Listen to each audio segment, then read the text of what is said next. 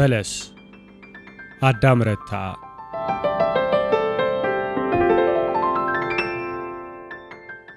መሳፈር ሰይጣን ሺህ ፈረሶች ለጉሞ ያውም እሳት የሚተፉ በገነት ሰማይ ላይ ሲያቋርጥ እንደ ወለል ከስሩ የተነጠፈውን የእግዚአብሔርን መንፈስ ጥሶ ታች ለመውረድ ስለማይችል ጠባቂው መልአክ ቀና ብሎ ያየ ብዙ ጊዜ ጉረኛ እያለ ይሰድበዋል። ውርደቱ ሆኖ አላወራውም እንጂ እባብን ተሳፍሮ ቢገባ ግን ከመልአኩ ስድብ ያመልጣል፣ የመንፈስ ቅዱስንም ግድግዳ ይሰብራል። የእግዚአብሔር ዝብርቅ ጠባይም ይጠቅመዋል።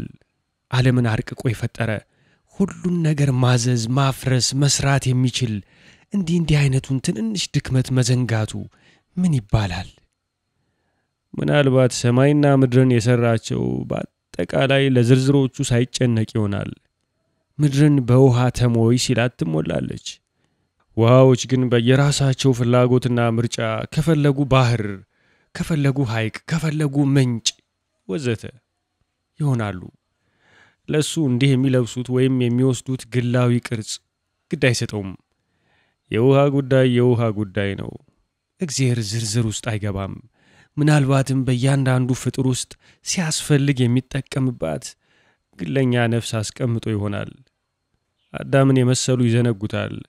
ፈዛዛ የሚባሉት ይሄን ይሆናል። እባብን የመሰሉ ይጠቀሙበታል። ብልጥ የሚባሉት ይሄን ይሆናል። እባብ ከገነት እድሞ ወጥታ በጀርባዋ ተኝታ ሆዷንና የሚያማምሩ እግሮቿን በፀሐይ ስታሞቅ ሰይጣን ከላይ ሆኖ ያንዣበበ ያያት ጀመር። ከእግሮቿ ላባ ውበት ይህን ያህል አስቀያሚ አልመሰለችውም። እንደውም ከገነት ውጭ የሚኖሩ አንዳንድ ነፍሳትና እንስሳት ቢያዩት የእግሮቿን ቅርጽና ውበት ያደንቁላታል። እባብ የዚህ የውጭው ሀገር አድናቆት ስቧት አያውቅም፣ አይሰማትም። ከሆነ እባብ መደነቅ የምትፈልገው ተመርጠው ገነት በገቡ እንስሳት ብቻ ነው። ሌላው ያልተመረጠው እኮ ገና ሲጀመርም ፉርሽ የሆነ ነው። በዚህ አይነት ለስለስ ብሎ በሚወርድ የጧት የፀሐይ ብርሃን ስር እባቧ ሙቀቱ ሰመመን አስገብቷት ገላዋ እየላላ በእርካታ አፏን ከፈተች። እንቅልፍም እንደወሰዳት ሆነች።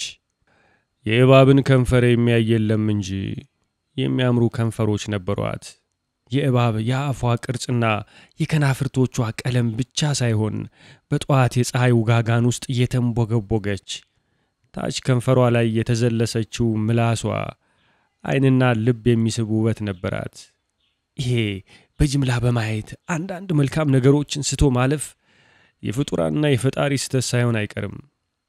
ሰይጣን በአየር ላይ እየተንሳፈፈ የእባቢቱን አእምሮ ብቻ ሳይሆን ልሳኗንም መቆጣጠር እንዳለበት ተገነዘበ። አእምሮ ያለ ልሳን ምን ይጠቅማል? የሚቀጥለው የእባቢቱ ወደ ገነት ጉዞ የእግዚአብሔርን ልጆች የሕይወት መንገድ የሚለውጥ መሆን አለበት። ይሄ መለወጥ የሚወለደው በዲስኩር ነው። ከሚያምር ቃል፣ ከሚያምር ድምፅ በቃል የተሰራውን ዓለም በቃል ማፍረስ። እባቢቱ አፏን ከመክደኗ በፊት ሰይጣን መላ ገላውን ወደ አየር ወደ ነፋስ ቀስት ለወጠና ተወርውሮ ውስጧ ገባ። እንደ ከባድ ቀዝቃዛ ንፋስ ብዙ አይነት ምላሶች አይቷል። ሰይጣን የዚያች አይነት ውብ ምላስ ግን አይቶ አያውቅም። የቅርጿ ሞላላነት፣ የጫፏ ሿሿል፣ በተጨማሪ ምላሷ ላይ ግራ ቀኝ አግድም ህብር ያለው ቀለም የተሰመረባት ነች። እዚህ መልአኩ የሚቀመጥበት ፏፏቴ ላይ የሚዘረጋው ቀስተ ደመና ጠቦ ምላስ ቢሆን እንደማለት ነው። ከዚህ በህብር ከተሰራ የምላሷ ቀለም የሚያምር ከተከፈተው አፏ ርቆ የማይሄድ እዚያው ከውጭ እንደተቃጠለ አየር የሚውለበለብ ሺህ ቀለማት የተሰባጠሩበት የህብረ ቀለም ውጋገን አለ። የሚነካ የሚመስል፣ በጣት ቢነኩት የሚፈርስ የሚመስል፣ የሚያረጥብ የሚሞቅ የሚመስል። እነዚህ ውብ ከንፈሮች የሆነ ችሎታ እንዳላቸው ካፈጣጠራቸው ልዩ ትንቢት ይሰጣሉ። እባብ ይህችን ምላሷን አንዘላዝላ በገነት እርሻ ውስጥ ብትዞር በውበት ደረጃ የሚሰጣትን ተዋረድ ወደነ ገነት ወፍ ማስጠጋት ትችል ነበር። ገነት ውስጥ ግን የተመዘገበ ሕግ ባይኖርም ምላስ ማውጣት ከሥርዓት ውጭ ነው። ሲፈቀድ እንኳን ማን ትዝ ብሎት የምላሱን ውበት ለማሳየት በየድንቹና በየካሮቱ መስክ መሃል አንጀልጅሎ ይዞራል። ደፍሮ እንዲህ እንኳን ለማድረግ በትንሹም ቢሆን ስለ ራስ ማወቅ ያስፈልጋል። ቢያንስ መስታወት፣ ቢበዛ ደግሞ ውበትን አይቶ የሚመክር ወዳጅ ያስፈልጋል። እባብ ገነት ውስጥ ወይም ከገነት ውጭ ወዳጅ አልነበራትም። የገነቶቹ የሸሿት ክፉ ስለሆነች ሳይሆን የሚያስፈራ ጀርባ፣ የሚያስቀይም የጀርባ ቆዳ ስላላት ነበር። ከገነት ውጭ ደግሞ ያሉትን እሷ በትዕቢቷ አትቀርባቸውም። በገነት ምደባ አስቀያሚ ብትሆንም ከዚያ ውጭ ካሉት ፍጡራን ጋር ለወሬም ይሁን ለሌላ እንደሱ አይነት ምርጥ ቢቀላቀል ጨዋነት እንዳልሆነ ይገባታል።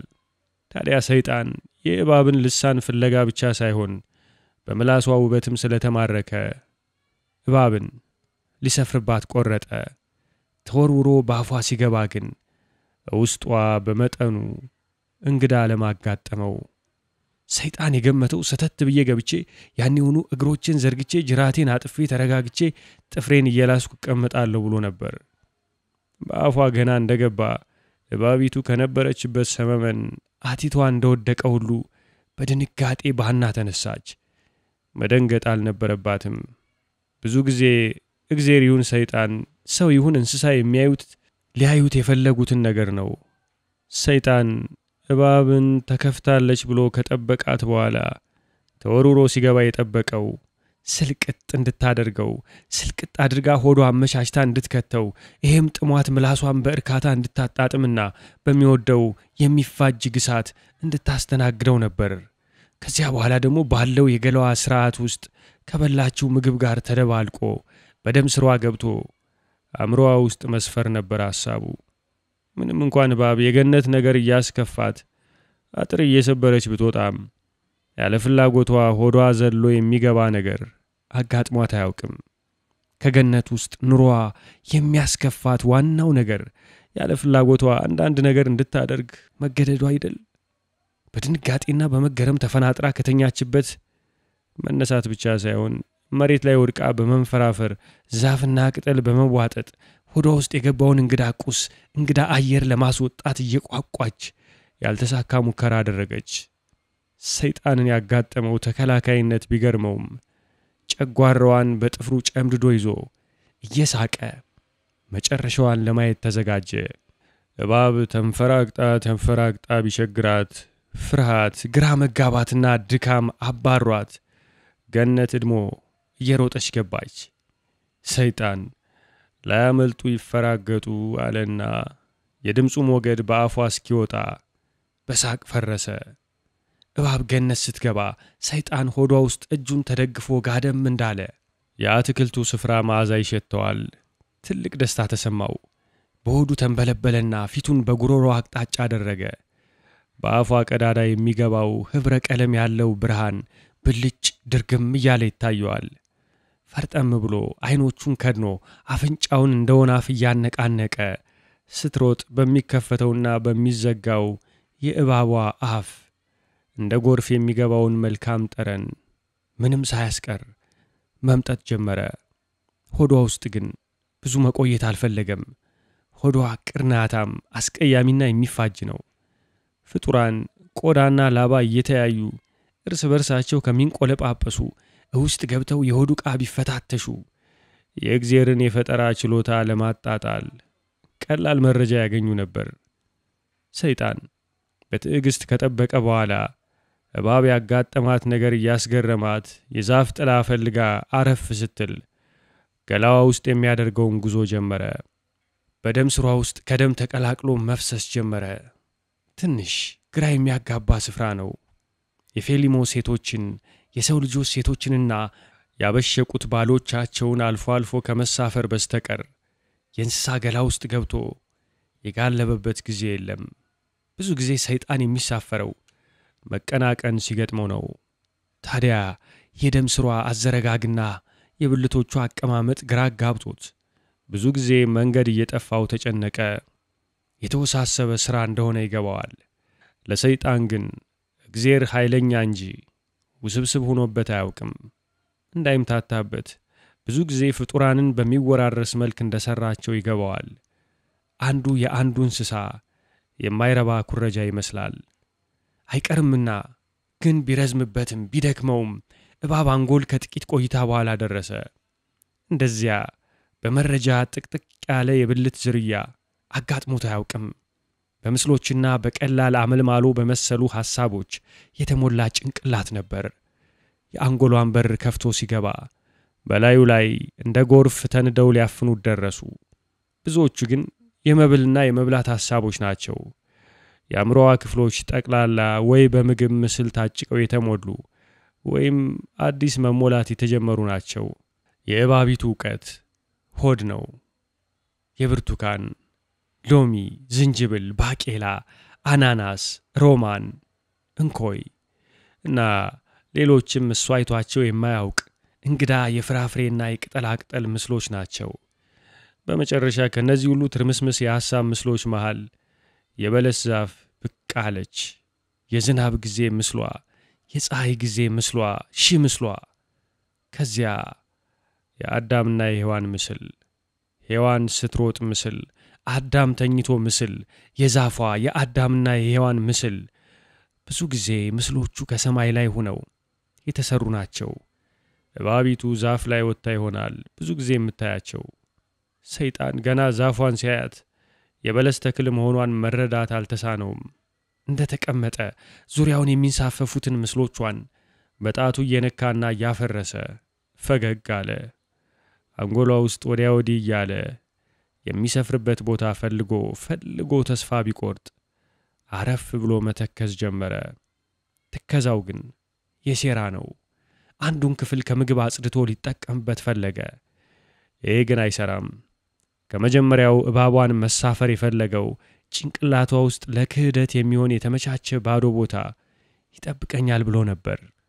አንጎል ውስጥ ለክህደት የተከለሉ ቦታዎች ብዙ ጊዜ ወለላቸው በቄንጥ የተለሰነ፣ ግድግዳቸው ግራጫ የተቀባ፣ ጣራቸው ደምና የደም ውጋጋን የማያስገባ ነው። የጅማት የንፍጥና የልፋጭ ግድግዳ ተደግፎ እግሮቹን ዘርግቶ ሲያስብ ፊት ለፊቱ ማየት በሚያዳግት በቀስታ የሚርገበገብ ስስ የሞራ ግድግዳዬ። በመጀመሪያ የአይኖቹ ግርፈት መስሎት ነበር። አይኖቹ ገድፈው አያውቁም። ቢሆን አይኖቹ አስተካክለው ያዩትን ነገር አእምሮ በተንኮል ዕውቀቱ አጣሞ ይተረጉማቸዋል እንጂ አይኖቹ በፍጹም ተሳስተው አያውቁም። ከህዋሳቶቹ የሰላ ክፍል ቢኖረው አይኖቹ ናቸው። ሰሜን ዋልታ ተቀምጦ ደቡብ ዋልታ መቀላወጥ ጨዋታ ነው አያሰኝም። ደቡብ ዋልታ ተቀምጦ ሰሜን ዋልታ ላይ የሚንደባለሉትን የሞርስ ጅሞች እንደ እጁ ጣቶች ይቆጥራል። ይሄ እንደ እግዚአብሔር አቅም ነው። ከዚያ እንደገና የተገረመ እጁን ዘርግቶ በአመልካች ጣቱ ይህን የጅማት አይነ ርግብ በቀስታ ነካ አደረገው። ተነደለ። ሰይጣን ስለ ፍጡራን ብዙ ዕውቀት ቢኖረውም እንዲህ የተለየ ነገር ሲያጋጥመው ደነገጠ። የመጀመሪያው ነው። የዚህ አይነት የአእምሮ አከፋፈል አይቶ አያውቅም። እስከ ዛሬ ያጋጠመው አከፋፈል ግልጽ ነው። ከክፍል ክፍል ሲሄድ ገና ከደጃፋቸው ለምን ማጠራቀሚያ እንደሆኑ የሚለይ ምልክት ነበራቸው። ከተጋደመበት ተነሳና ጣቶቹ ላይ የተጣበቀውን ልፋጭ አራግፎ የተቀደደውን ጅማት ግራና ቀኝ እየከፈተ ጭንቅላቱን በቀስታ ወደ ውስጥ ሰደድ አደረገ። ግድግዳዋና ጠፈሯ ግራጫ የሆኑ ክፍል ናት። የምን ቦታ እንደሆነች አወቀ። ግራጫ ቀለም ያላቸው ክፍሎች የጥርጣሬ ክፍሎች ናቸው። ይህንን ማንም አጋንንት ያውቃል። አልፈነጠዘም። የገነት እንስሳት ቀስ በቀስ እየተለወጡ ነው እንዴ? ሕይወታቸው እየሰለቻቸው በልቦናቸው ጥያቄ ማቅረብ ጀምረዋል እንዴ?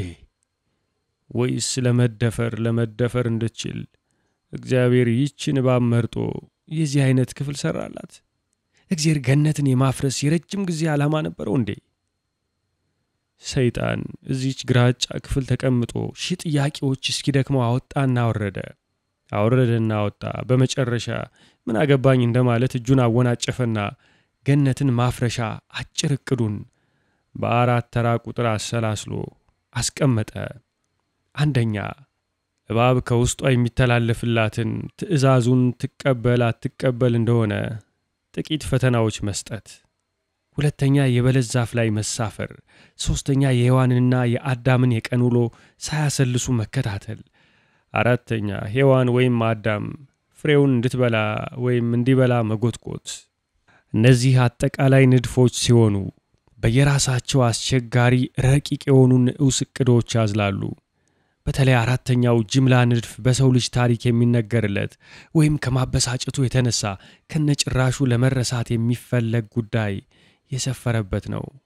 አንዳንድ ፈላስፎች ግን የሚደነቅ ገድል ነው ቢሉም ብዙ ሳይቆይ ሰይጣን ይህችን ግራጫ ክፍል እንደ ግሉ የምድር ለምድር ቤት ቆጥሯት ውስጧ መሮጥ፣ መብረር፣ መንፈላሰስ፣ መንጋለል፣ ማናወዝና ማንዛረጥ ጀመረ።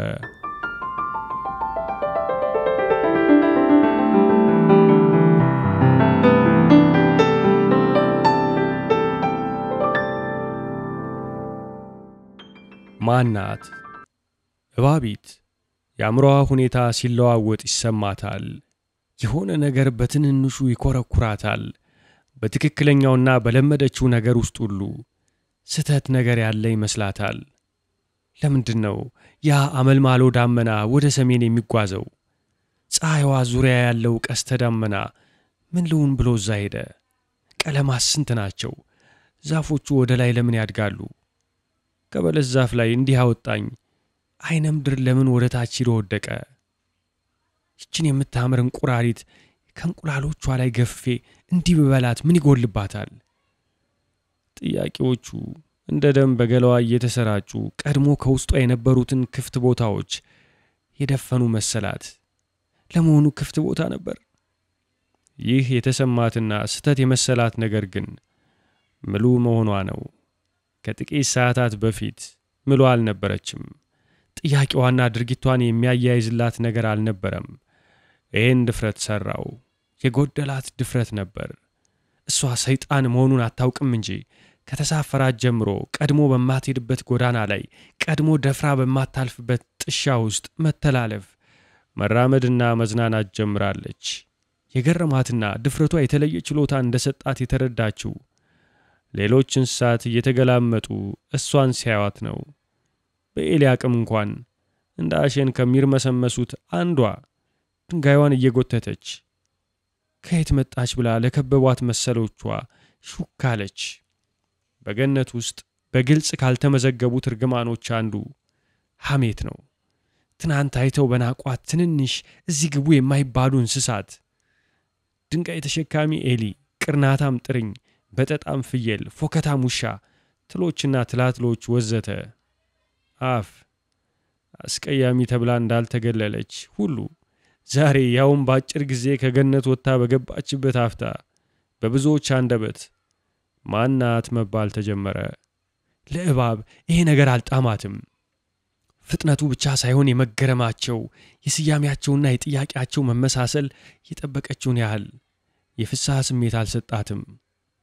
ማናት ተብሎ የሚነሳው ጥያቄ ቀድሞውኑ መልስ ይሰጥበታል። ያቺ አስቀያሚዋ የነበረችው እባብ እኮ ናት መባሉ አይቀርም። አስከፊ ነው። ጥያቄውን አስከፊ የሚያደርገው ተከትሎት የሚመጣው መልሱ አስከፊ ስለሚሆን ነው። ገነት ከታሪክ ውጭ ተንሳፋ ያለች ብትመስልም ድሮዋ እየተቆፈረ ኃላፊ ጊዜ የፍጡራን አፍረት ተመልሶ እንደ አዲስ ደረታቸው ላይ ይጻፋል፣ ይታረሳል፣ እንዲያብብም ሆኖ ይዘራል፣ እንዲያፈራም ይጸለይለታል። ይህን እዛ ውስጥ የሚርመሰመሰው ቂላዋት ፍጡር ሁሉ ባይናገረውም በሆዱ ያውቃል። የሐሜት ቀለምና ይዘት በቅዱስ መንፈስ ትእዛዝ እንኳን አይፋቅም። ቢለወጡም የማይለወጥ ነገር አለ። እስረኛን ግን ከየቀኑ ትንንሽ የሐሜት ጨዋታ ሌላ ምንስ ሊያዝናናው ይችላል? የተመሳቀለ ሐሜትን ፈርቶ የመሸሽና ደፍሮ ለመታየት የመፈለግ ስሜቶች እባብን በእጅጉ አደናግሯታል። መታየት በሚቃረነው የመሸሽ ስሜት ይታገዳል። መሸሽ መታየት በመፈለግ ስሜት ይታገዳል። ሰይጣን ጨለማ ጓዳው ተቀምጦ የአይነት የወልዋላ ስሜት መልእክት ገና በትክክልና በጥልቅ ካልገሰሰው የእባቧ የሐሳብ ጓዳ ሲደርሰው ውሳኔውን ሰጠ። ሁለቱ ስሜቶች አንድ ላይ ሊሆኑ አይችሉም እንዴ? ማን ከለከለ? ለዚህም ድርጊት ቦታው ተዘጋጅቷል። የግጭት ስሜት ሲተረሽ የምናባቱን ስሜት ይፈጥራል። ይሄ ስሜት በበቂ የጥፋት ጨረር ከተመታ የማያፍር ምጸት ይሆናል። ምጸት ደግሞ የሰይጣን አገር ነው። የምጸት አገር ዋና ከተማው ሰይጣን የሚንፈላሰስበት ምጸት ራሱ ነው።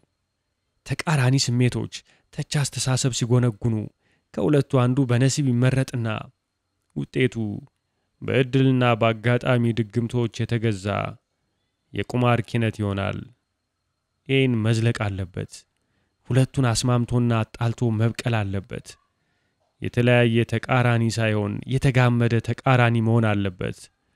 አሸብራቂ አያው እባቢት በሰይጣን ትእዛዝ እየተገፋች ገነት ማዕከል የተቀመጠችው የበለስ ዛፍ ዘንድ ሄደች። ምሽት ተቃርቧል። በመጀመሪያ ያደረገችው ነገር ቢኖር በዛፉ ላይ የዳሃች ወጣ ቅርንጫፎች መሃል መስፈር ነው። ታቹን ከወንዙ ዳር 6 ቡራቆች በሰልፍ ተደርድረው ውሃ ይጠጣሉ። ቡራቅ ውሃ ሲጠጣ የትም ይሰማል። የነሱ ዘመዶች የሆኑት አህዮችና ፈረሶች በዚህ ኳኳታም ጸባዩ እናፍርበታለን የሚሉት ፍጡር ነገር ነው። ውሃውን እየጮሁ በጥማት እንደሚጠጡትም ብዙ ሳይቆይ ይጠግቡና ስፋታቸው የሚያስደነግጥ ነጫጭ ክንፎቻቸውን ዘርግተው እያናፉ ከዛፎች በላይ ይነሳሉ። በዚህ የሰከረ አነሳስ መሃል የሚያራግፉት ላባ የወንዙን ጠለል እንደ ቢሶስ ይሸፍነዋል። በአህዮችና በፈረሶች ላይ የሚስቁት ይህኔ ነው። እባቢት ዛፉ ላይ ስትወጣና ስትጋደም ከፍተኛ ደስታ ተሰማት። አድርገው አታውቅም። ሌሎች በውበታቸው የሚኩራሩ ነፍሳት በለስ ዛፍ ላይ እየወጡና እየወረዱ ሲላፉ ለእሷ ለአስቀያሚዋ የማይገባ ቦታ እየመሰላት በማፈር ትሸሽ ነበር። ታዲያ እሷንም ይሁን ሌሎችንም እንስሳት እንዲገርማቸው አድርጋ ዝንትንት ብላ አንዱ የበለስ ቅርንጫፍ ላይ ተጋደመች። የመጀመሪያው የድፍረት ጠበል ነው። ይሄ ጠበል ራሱን እየጠጣ አይነት የሚያድግ አስካሪ ቅመምነት ነበረው። ችግኙም የራሱን የእርካታ ጠበል እየጠባ አይን እስኪሞላ ይንዠረገጋል። ድፍረት ሲሰፋ ደግሞ ትዕቢት ይወልዳል። ይሄ ደግሞ ሰፊ ጥያቄ ለመቀስቀሻ መሰረት ይሆናል። ጥቅሻ ቅጥጥብ የነበረችው ነገር አስደንጋጭ ትኩረት ትሆናለች። ሰይጣን ከዚህ ትንሽ የባብ ድርጊት የገባው ነገር ቢኖር ገነት የቆመችበት መሰረት ይህን ያህል ጠንካራ ለመሆኑን ነው። በእሷና በሌሎች እንስሳት መሃል በቀላል የአካል ልዩነት፣ የውበት ልዩነት ሽብልቅ ሊገባ እንደቻለ ሁሉ በእነዚህ አዳምና ሔዋን በሚባሉ ሁለት ሰዎች መሃልና በፈጠራቸው ጌታቸው መሃል አለመተማመንን መሻጥ እንደሚቻል ነው። ሽብልቋ በለስ መዶሻው የእባብ ልሳን ነው። ይሄ እውነት ወይም እውነት የመሰለ ነገር አስደንቋት እባብ ለራሷ ፈገግ አለች። ለመሆኑ እሷ የምታስበውን ሌሎች እንስሳት ያስባሉ? አለማሰባቸው የበላይነት ስሜት ሰጣት። ግን እሷ አሰበችውና ምኑ የበላይነት ይሆናል? እንዲህ ማሰብን የበላጭነት ቦታ የሰጠው ማን ነው? እንደ ዞረባት ሁሉ አይኖቿን ስጨፍን አምሮዋ ውስጥና በሰራ ገላዋ ደም ስሮች የሆነ የሚጣፍጥ ነገር ሲፈስ ተሰማት። ሰይጣን የከመከመላት ሐሳብ ልዩ ፍላጎት በልቦና ያነግሳል። አይን ጨፍነው የሚያዳምጡት ዝም ያለ ሙዚቃ ነው። አድርጋ የማታውቀውን ለመጀመሪያ ጊዜ በለስ ዛፍ ላይ በኩራት የተሞላ እንቅልፍ ተኛች። ከላይ እስከ ታች የቆዳዋ ጠለል ልትገልጸው ባልቻለችው የሚጣፍጥ ፍትወት ይነዳል።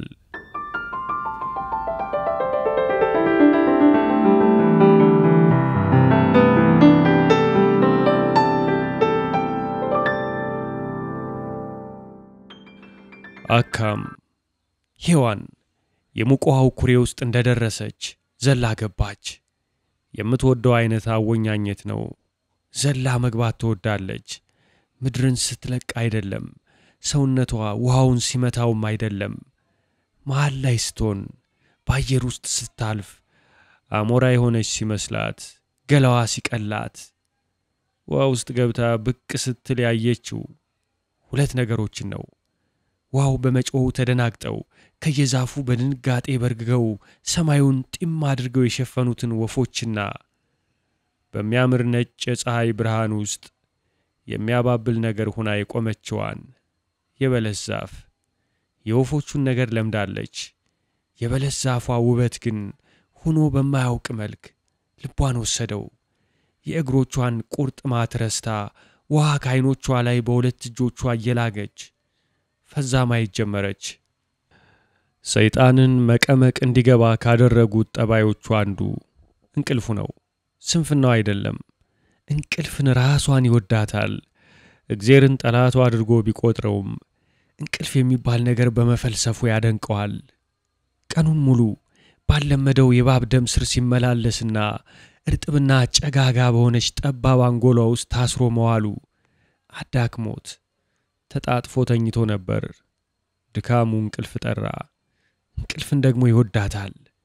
ሔዋን በአጋጣሚ ከከፍታ ቦታ ዘላ ውሃውን በገላዋ ስትመታው እባቢት ከእንቅልፏ ባትባንን ኑሮ የእሱን ይሁን የእሷን እንቅልፍ ተኝታ ለዛሬ ጠዋት ያዘጋጀው የሴራ ገመድ ሳይሰራበት ይበጠስ ነበር።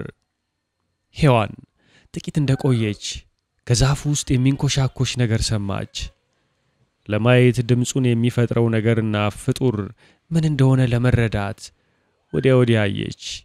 ከዚያ ካልጠበቀችበት አቅጣጫ ባልጠበቀችበት ጊዜ ከዛፉ ላይ አካም አለ የሚያምር እኩያ የሌለው ውብ የሆነ ድምጽ። ሰላምታውን ልትመልስ ሔዋን ዙሪያ ገባውን አየች። በቅርቧ ማንም የለም።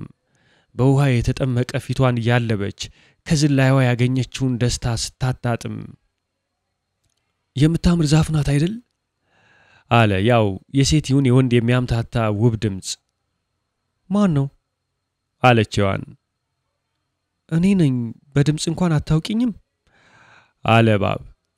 ኧረ እኔ እንጃ። ይገርማል፣ በጣም ይገርማል። ምኑ ይገርማል አለች ሔዋን።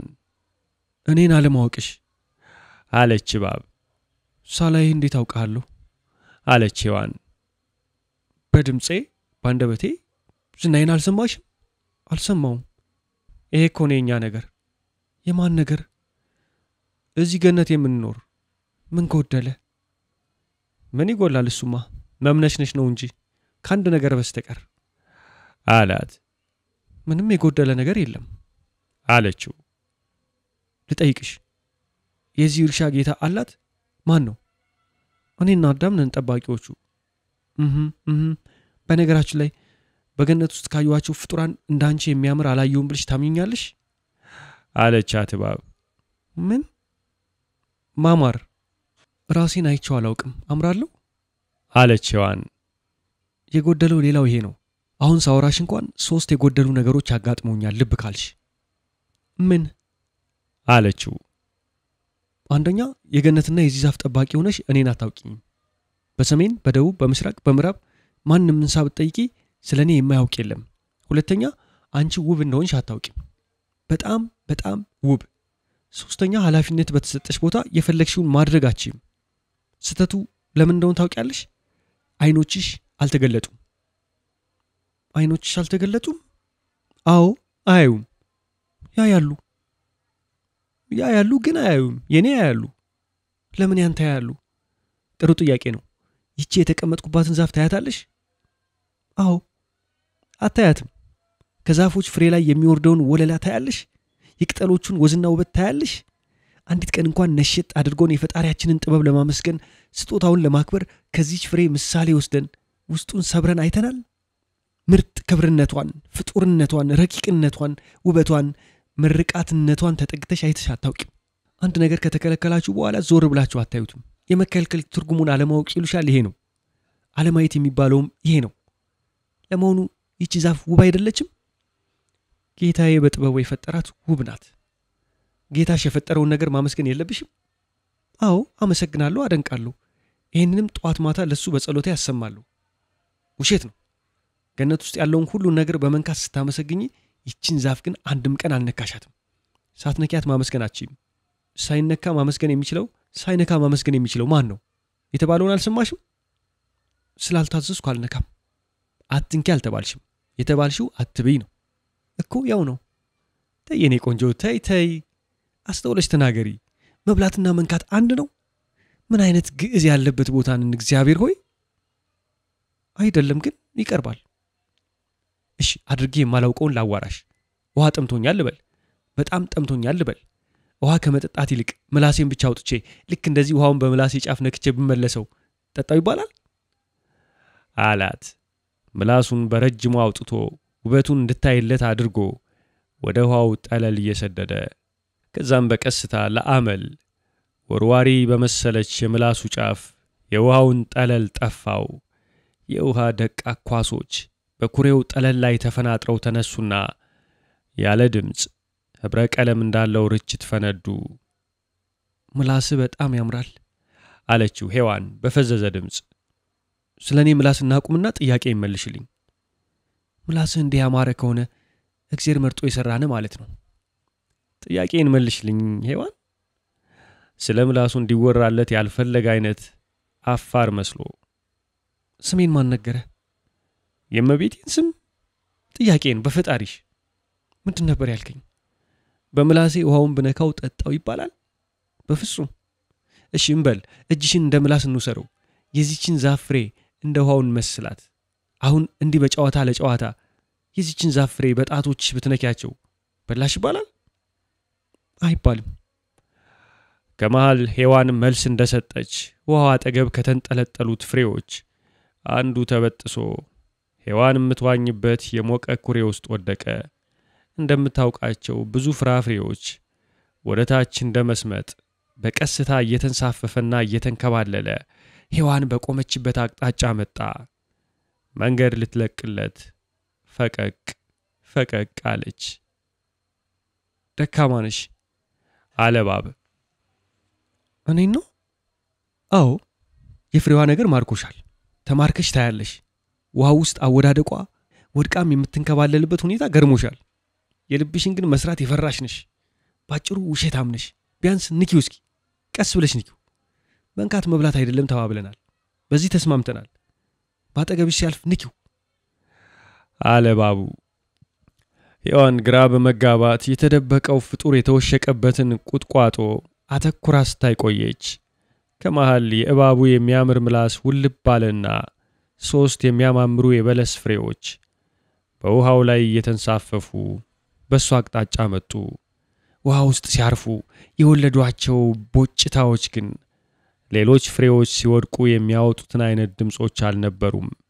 ስልት ባለው መንገድ በተቃኘ ድህንጻ ላይ የሚጋፋ ነፋስ ሲተም አይነት በለዘብታም ጥፍራቸው የተከረከመ አለንጋ ጣቶች በፍቅር ይዘው ሲከረክሩት አይነት ይሄ ድምጽ ከውሃው አወራረድ ጋር ከተክሎች የቅጠል ንቅናቄና ሿሿታ ጋር ልብ ይወስዳል።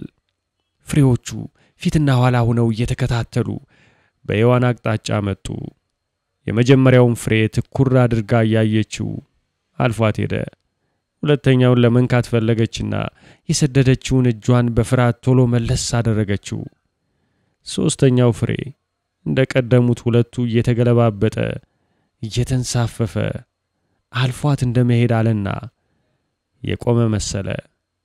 የሚያምር በወዝ ጨፍ ያለ ቆዳውን እያሳየ የቆመበት ነጥብ ላይ ፈልሰስ ማለቱን ቀጠለ። ከውሃው ስር የሆነ እጅ ተደብቆ ይህም እጅ በፍሬዋ እንቁልልጭ የሚጫወት ይመስላል። ሔዋን እጇን ሰዳ ፍሬውን ያዘች። ከፍሬው ሆድ ውስጥ አናሳ ንቅናቄ የሰማች መሰላት፣ እንደ ትንኝ ልብ ምት። በድንጋጤ በለሷን ለቃ እጇን ስትመልስ ጣቶቿን ወደ አፏ ወደ ከንፈሮቿ ወሰደች። የፍሬውን የጣዕም አስማት ያወቀችው ይህን ጊዜ ነው። ሰውነቷ የሞቀ ደሟ አዲስ ኃይል ያገኘ ከውስጥ በሁለመናዋ ተሰምቷት የማያውቅ ፍሳሃዊ ስሜት የፈነዳ መሰላት። የዚህ ተስተካካይ አይነት ጣዕም ጠረን ያለው ፍሬ ወይም ምግብ ከዚያ በፊት ቀምሳ እንደማታውቅ ተረዳች። ይህም መረዳቷ አሳፈራት፣ አስፈራት። እግዚአብሔር ይህን ለምን እንዳይበሉ እንደከለከላቸው እያሰበች በመገረም አተኮረች። ከመሃል ሌላ አንድ ፍሬ ከበለሷ ዛፍ ላይ ሰው በጥሶ እንደጣለው ሁሉ ኩሬው ውስጥ ወደቀ። በሔዋንም አቅጣጫ በውሃው ላይ በፍጥነት እየጋለበ መጣ። ይህም ፍሬ ሔዋን በስስት አነሳችው። ላፍታም ሳትግደረደር ገመጠችው። የፍሬው መረቅና ቅርፊት ገና ጥርሶቿን ሲነካ እየቀለጠ በጉሮሮዋ ወረደ። እንደ ሰከረች ነገር ሆነች። አይኖቿ በህብረት በዝግታ ተጨፈኑ። ፊቷን ወደ ሰማይ አንስታ አፏን በመማረክ ከፈተች። በአፏ ግራና ቀኝ ከተከፈተው ፍሬ ወጣው የሚያጥበረብር በቀስታ የሚሳብ መረቅ ነበር። በዚህ ሰፊና ጥልቅ እርካታ መሃል መጀመሪያ የገመጠችውን ውጣ አይኖቿን እንደጨፈነች ቁና ቁና እየተነፈሰች ውሃ ውስጥ በቀስታ ቁጢጥ አለች። ሁለተኛ ልትገምጥ ስትል ገላዋ እንደደነገጠ ሁሉ ተሰበሰበ። የጨፈነቻቸው አይኖቿን ስትገልጥ ነፋስ በሰራ አካላቷ ውስጥ የነፈሰ ገላዋንም የቀለላት መሰላት። ሰይጣን ወደ ኩሬው ጠለል የሰደደውን ምላስ ወደ እባቧ አፍ ውስጥ ሰብስቦ ፈገግ እያለ ያያል። ሔዋን የምትበላውን ፍሬ አጋምሳ የነበረችበት ኩሬ ውሃ ውስጥ ቆመች። ዝቅ ብላ ስታይ በተገነዘበችው ነገር ደነገጠች። ፍሬውን ወርውራ ከውሃው ውስጥ በሩጫ ወጣች። የት ነው የምትሄጂው? አላለቀም አላት እባብ። ምን ሆንኩ አለች። ምን ትሆኛለሽ አላት እባብ በማኪያኪያስ። ይልቁን ራቁትሽን ሆነሽ ማየት አልፈልግምና ውሃ ውስጥ ገብተሽ ማድረግ የሚገባሽን ነገር ልንገርሽ። ምን ሆንኩ? ራቁትሽን ሆነሻል። ምንድነው ራቁት መሆን? በቀላሉ ሲተረጎም ከጥቂት ጊዜ በፊት ገላሽን ሸፍኖት የነበረው ጸጉር ረግፎ ጡቶችሽ ሲታዩ፣ አባላዘርሽ ሲታይ፣ ቂጥሽ ሲታይ ማለት ነው። የሚያሳፍር የለውም። የሚያሳፍረው ብቻሽን እንደዚህ መሆንሽ ነው። እያየኝ ነው አለችው። ምን አለበት አትጎጅም? በጣም የሚያምር ገላ ነው ያለሽ። ይሄን የመሰለ ገላ በጭገር መሸፈን ወንጀል አይደለም? የምትጎጂው መቼ እንደሆነ ታውቂያለሽ? ሔዋን አልሰማችውም። በረጅሙ ያደገ ሳር መሃል በሁለት እጆቿ ጭንቅላቷን ይዛ ቁጭ አለች። የምታስብ የምትተክዝ ወይም ከባድ ራስ ምታት የያዛት ትመስላለች። ውስጧ ሐሳብ ይርመሰመሳል። በፊት የማታውቀው መኖሩን ያልተረዳችው መሰየም የማትችለው ስሜት ፍሬዋን በመቅመሷ የተገደደ አይነት ከተደበቀበት ተገፍትሮ እንደወጣ ያህል ይሰማታል። ከውስጥ ከልቧ እስከ ዛሬ መኖሯን ያላወቀቻት ትንሽ በር ሲጢጥ ብላ ተከፈተች። ምን ማድረግ እንደሚገባት አታውቅም። ሰይጣን ሔዋንን ድርብ ስተተኛ ሊያደርጋት ፈለገ። ወደ ረግረጉ መስመጥ ከጀመረች ለምን ቀስ ብሎ ወደዛው ወደምትወርድበት አይገፋትም? የምትጎጂው ብቻሽን ስትሆኚ ነው። ብቻሽን ራቁትሽን መሆን ይጎዳሻል አላት እባብ ቀስ ብሎ። ይጎዳኛል? ምን አደርጋለሁ ግን? ከፋሽ? አልከፋኝም። ደስ የሚል ነገር አለው ግን ያስፈራል። አላልኩም? ብቸኝነት። ተቻኩለሽ ብቻሽን በላሹ። ታይልልሽ ነበር። ሊላት አላሰበም። ለዚህም ነው እመኝኝና የምታስቢውን ንገሪኝ። ልንረዳዳ እንችላለን። ዕውቀት መሃይምነትን ይፈጥራል። መሃይምነት በዕውቀት ይጠፋል። እንደገና ያሸነፈው ዕውቀት በመሃይምነት ይጠፋል። እንዲህ ነው አየሽ። የሚያልቅ ነገር የለም ይመስላል ግን የለም። ከዚህ ነው ደስታ የሚገኘው። ወደ ዋናው ነገር መልስሽና እንዲሆነሽ ብቻሽን መኖር የለብሽም። ከዚህ ደስታሽ ለጓደኛሽ ላዳም አካፊው አይመስልሽም? እኔ በሆን እንደዚህ ነበር የማደርገው። ደስ ያሰኘኝ ነገር ከጓደኛዬ ጋር ካፈለዋለሁ አይደለም? እያሰብኩ ነበር ግን እንዴት? መላ አይጠፋም። አዳም ከበላ በኋላ አንድ ላይ ስትሆኑ ከምታገኙት ደስታ ትንሽ ባስተዋውቅሽ እወዳለሁ። ምን ደስታ ይኖራል ሌላ? እንደዚህ የሚያስፈራ እንዲሆን አልፈልግም። እስክትለምጂው ነው። የፍሬዋ ቅመምና ጣፋጭነት ለምላስ ብቻ ሳይሆን ጠቅላላ ሰውነትን ነው የሚሰማው አይደለም እንዴ? ይሄን እንኳን አልነግርሽም። ከነዚህ የሰውነት ክፍሎች እግሮችሽ መሃል አሁን ድረስ ጸጉር ተሸፍኖ ያለው የገላሽ ክፍል አንዱ ነው። ይሄ የገላሽ ክፍል ከማንኛውም የሰውነትሽ ክፍል የበለጠ ፍሳህ የሚፈልቅበት ነው። ፍሬዋን ከመብላትሽ በፊት ይሰጥሽ የነበረው አገልግሎት አንድ ብቻ ነበር። ካሁን በኋላ 2 እና 3 አገልግሎት አለው። እስኪ ዳብሽና እዩ። ፈራው። እምቢ። አትፍሪ። እሱን እንዲነኩልሽ የምትለምኝበት የምትለማመጭበት ጊዜ ይኖራል። ካፈርሽ ተይው። ነገር ግን አዳም ሲመጣና ፍሬዋን ከበላ በኋላ ለሱም ቢሆን ላንቺ የጠቆምኩሽን ያካላታችሁን ቦታ ብትፈታተሹ ጥሩ ነው። ደስታ እዚያ ውስጥ ነው። ለመሆኑ አቋረጠችው። አዳም መብላት አለበት? ብቻሽንም አይሆንም። ብቻሽን በፍጹም አይሆንም። እሱን አይደል የምነግርሽ? ምን ላድርግ? እኔን መምከር ይከብደኛል። እንዳንቺ ብሩህ አይደለሁም። የቀረውን ላንቺ ትቼዋለሁ። መላ ፈልጊ ራስሽ። መላ አታጭም።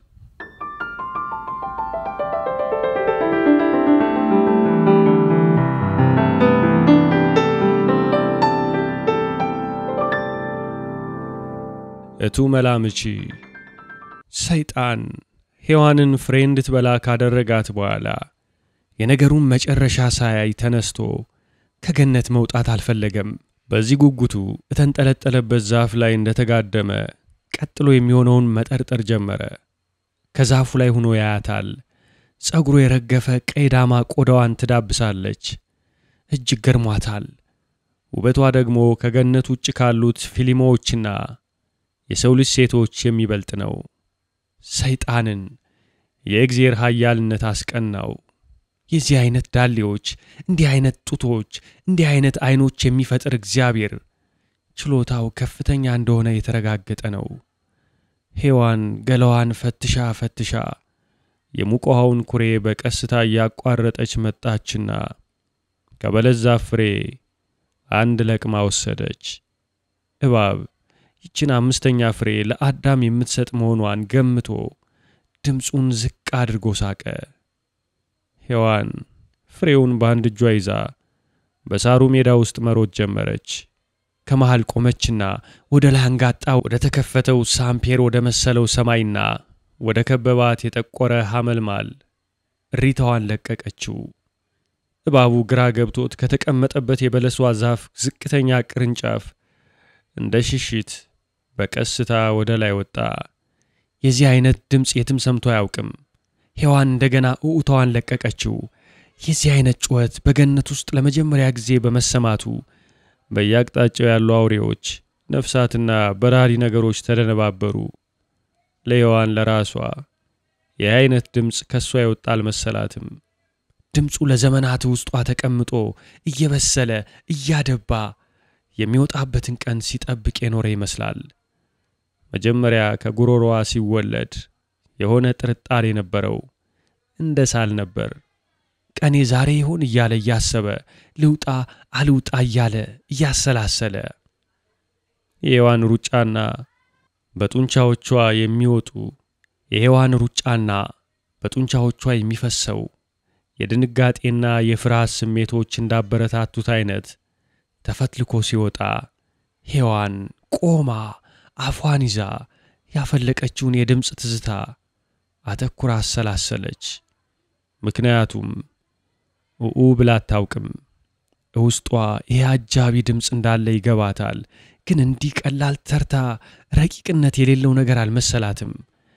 በለስን የመብላትን ያህል ስተሰርቶ እንዴት ይህን አይነት መናኛ ድምጽ ለማጀቢያ ታወጣለች?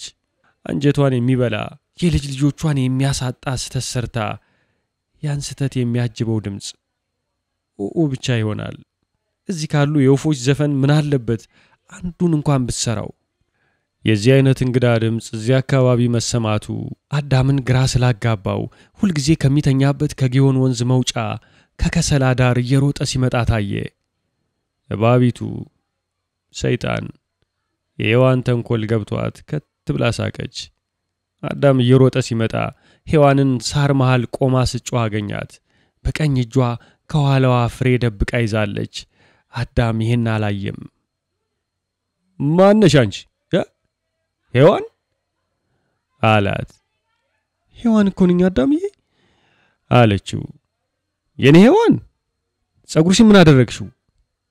የሚያቃጥል ውሃ ውስጥ ገብቼ እንዲሁኝ ወጣው። እንደሷ አትይኝ ያሳፍረኛል። ተላልጠሽ የለ እንዴ? የዚህ አይነት መጥፎ አለ እንዴ? በዝምታ ለረጅም ጊዜ በመገረምና በተመስጦ አያትና ምን የሚያሳፍር ነገር አለው? ይሁና ምን አለበት አለ ቀጥሎ። እንዴት ይሁን ትለኛለህ? አውሬ መስዬ? ግድ የለም ነይ። ሔዋን እንደሆንሽ አልጠፋኝም። የሌላው ገላሽ ጸጉር ጠፋ እንጂ አታሳስችም። እኔ ቦታ ሄደን ቁርስ እንበላለን። አልበላሽም አይደል? ያው ውሃ ያለበትን ቦታ ታሳይኛለሽ። ሌላ ጊዜ እኔም እንዲህ እንዳልሆን። እዚህ አንተ ቦታ መሄድ አልፈልግም። የት እንሂድ? ወዲያ ዋርካው ጋር አለችው ከበለስ ዛፍ ጀርባ ወደ ቆመው ሰማይ ጠቀስ የአጋም ዛፍ እያሳየችው። እሺ እንሂድ። ቁርሴን በልቻለሁ፣ አንተም ብላ አለችና ፍሬውን በጨረፍታ አሳየችው። የሚያምር ፍሬ ነው በእግዚአብሔር አለ ውልብታ ብቻ አይቶ። በጣም ነው የሚጣፍጠው። ብዙ ነገር አለ ጌታችን ሰርቷቸው እኛ ያላገኘናቸው። እንካ ብላ። ሊቀበላት እጁን ዘረጋ። አልሰጥም እንቢ፣ ከጄ ላይ ግመጥ አለች ፍሬዋን ወደ ጀርባዋ ደብቃ። ምን ነው በእግዚአብሔር? አፉን ከፈተ። ፍሬውን አስገባችለትና ገመጠ። በአፉ ዳርና ዳር ምራቅ ወጣ፣ ወዝ ወጣ፣ ቅባት ፈሰሰ። ይጣፍጣል ብሎ ለመናገር አፉን ሲከፍት የሆነ ነገር ትዝ ብሎት ደነገጠ። ሔዋንን ትኩር ብሎ አያት። ከየት አገኘሽው? ከዚያ አለችው ወደ በለስ ዛፍ ጠቁማ። ይለይለት አይነት ቶሎ ያልተገነዘበችው አሁን የገባት ሁለት ነገሮች ነበሩ። ማሰብ እንደምችልና ይህንንም ሐሳቧን ከማንም መደበቅ እንደምችል ነው። ቋንቋ ሆድ ውስጥ የሆነ ሌላ የገላ ክፍል ውስጥ ታስሮ መቀመጥ እንደሚችል መረዳቷ የሆነ የእርካታ ስሜት ሰጣት። የዋጠውን ለመጥፋት ቢስልና ደረቱን ቢመታ መንገድ የጀመረው በለስ በራሱ ቅባት እያዳለጠ ወደ ወዱ ወረደ። ያኔውኑ አዳምን የሸፈኑት ጸጉሮች ከገላው ላይ ከስራቸው እየተነቀሉ ንፋስ ውስጥ እንደፉዬ መብነን ጀመሩ። አዳም የሆነውን ሁሉ ነገር ገብቶት መሬት ላይ ወድቆ ማልቀስ ሲጀምር ሔዋን አዲስ ጸጉር የለሽ ትከሻውን አቅፋ ራሷን ራሱ ላይ አስደግፋ እንደ ማዘንና እንደ ይቅርታ አይኖቿን ጨፈነች። ያሰበችውን ተንኮል አዳም መገመት አለመቻሉ ከባድ ዕውቀት ሆነባት። አይኖቿን ጨፍና ተባይ የሚርመሰመስበት ጸጉሩን ተደግፋ የደረሰችበት አንድ እውነት እንደ ድሮው በጠረን በስሜት በወዝ የውስጥ ፍላጎታቸውን መናበብ እንዳቆሙ ነው። እንደዛ ተደግፈው የጋራ ስቃያቸውን ሲሰቃዩ በብርድ ሲንዘረዘሩ በፍራስ ሲርበደበዱ የሱን አታውቀውም እንጂ እሷ ስም ልትሰጠው ያዳገታት ትልቅ ጥልቅ ብቸኝነት ተሰማት። ሰይጣን ይሄ ሁሉ ውበት እንዲህ በቀላሉ በቲያትር ሲፈርስ ማየቱ አሳዘነው። እውነት በቲያትር ሲፈርስ ያስገርሞት ትንሽም አሳዝኖት እንደደከመው ሁሉ እያሰበ እዛው ባባንጎል ውስጥ መቆየት ፈለገ። ከተጋደመበት መነሳት አልፈለገም። ሰይጣንን ያስገረመው ነገር ቢኖር ሁሉ እንዲህ በቀላሉ ማለቁ ነበር። ፊት ለፊቱ ያጋጠመችውን አንድ የበለስ ፍሬ በእባብ ምላስ በትከዛ ይልሳል። ምላሱን በቀስታ እያወጣ የፍሬዋን ሙቅ ክብነት በምላሱ ይዳብሳል። በምላሱም ቀላል ግፊት ፍሬዋ ቆዳ ላይ የሚያዠውን ቅባት የመሰለ አውላ ያጣጥማል። በተቀደደም ቅርፊቷ በኩል በቀጭኑ የሚወጣውን ቃናው የሚጥም ወተት የመሰለ ጢስ እያየ ይገረማል። እንዴት ይጣፍጣል! እንዴት ብርድና ሙቀትን ሳይጣሉ አቀናበረ! ምን አይነት ብልህነት ነው! ግን እንዴት ሁሉ ነገር በቀላል ፈረሰ! እንዴት!